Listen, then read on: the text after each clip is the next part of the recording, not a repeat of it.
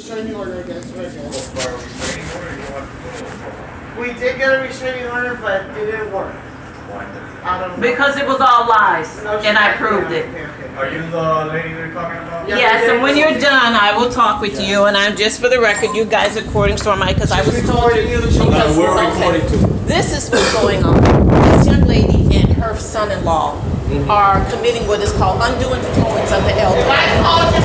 Excuse me, you had your turn. You had your I'm gonna turn. talk to you right now. Hold on. You had your turn. You see, this is what I'm talking about. This is what I'm talking about. Okay. I rented in November for my apartment is flooded, so I rented an Airbnb. When I came here on November 4th, I rented for 7 days. My apartment wasn't finished, so I extended. Over the period of time of first staying here, I noticed. You've been here since November? Say that one more time. Since November you've been here? Yes. Okay. So I noticed that Juan and this lady here abuses this elderly lady named Elvis. So I reported them to Children and Family Services and to the state's attorney for undue influence over the elderly. Juan, who she met in a coffee shop, somehow over a period of 7 years, he managed to get his name on her deed. He runs an Airbnb business out of here. She gets none of the money. All the money goes to Juan. Then he took her out of her bedroom, and then he converted the living room and the dining room into extra bedrooms. Well, one he's renting. The other one, Docas, is on the bunk bed, and then this young lady is on the bottom. So right now, they are investigating. And the investigation is not going in the direction they would like it to go because everything that I've stated is true. So on December 5th, Juan talked her into going down to file an injunction against me for order of protection, stating that I hit her, I threatened to burn the apartment down. Juan Santana? Say that one more time. Juan Santana? Yes. So that I hit her, threatened to burn the house down, stole her credit card. So the next day I went down to the courthouse and I filed a motion proving to the judge everything in this complaint was a lie. So she amended it and allowed me to come back. That pissed them off even more. So then she went down, she tried to file another lie. But of course it didn't fly because I was able to prove the first time. But when you file an injunction, you still have to go to the court system. So on December 21st, the judge threw the thing out because it was just not believable. Juan wasn't there to coach her, to tell her the lies in front of the judge, because see, Juan thought he would be there side by side with her to tell her what to say.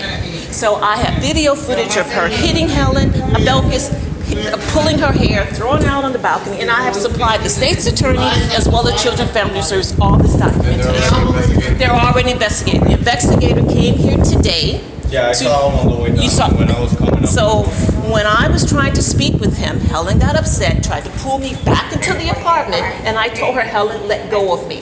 He saw everything. So then she tried to, she was holding onto the door. I said, Helen, let go of the door. That is why she called. I didn't have, yes, I did not hit her or anything, and the gentleman that you saw would prove it.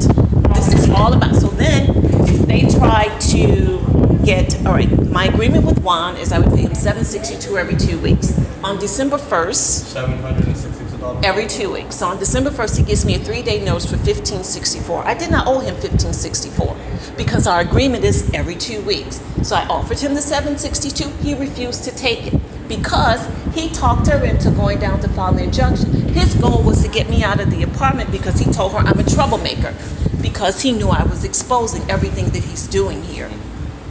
That's what this whole eviction thing is about. Okay? Were That we is here a couple of weeks ago? Yes, yeah. This is listen, now that the state's attorneys, the investigator been here, the Children and Family Service been here, he's here. Now they have actually signed Bill as a legal guardian. All of this is getting ready to stop. So that is what's happening here. I'm trying to talk. DCF assign a legal guardian? Yes, Or is it and there's a process? hearing. There's a hearing scheduled, and I forgot what day he told me. Juan has, it's a Zoom hearing. Juan has to be there, and the court is assigning her a legal guardian. And he told me Helen is going to be removed from the apartment. Okay? So I'm sorry you guys had to come here again, but I did not put my hands on her. It was the opposite. You can It was the opposite. I'm going to talk to you now. Okay. I spoke to you when I got here. I think I have a right. And I spoke to you when I got here, right? Okay, I don't need to talk to you then. You believe her, you can go. See? crazy. Okay, so anyway, the other gentleman that was here, his Olive, I wrote his name down. He will testify. I did not. She tried to pull. She didn't. Yes, she did not want me to talk with him. So she literally grabbed my arm to pull me back into the apartment. I said, Helen, let me go.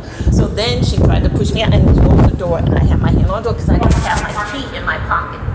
And it's a mental institution. So if they lock the door, who knows what's going to happen? Because before they changed the lock. So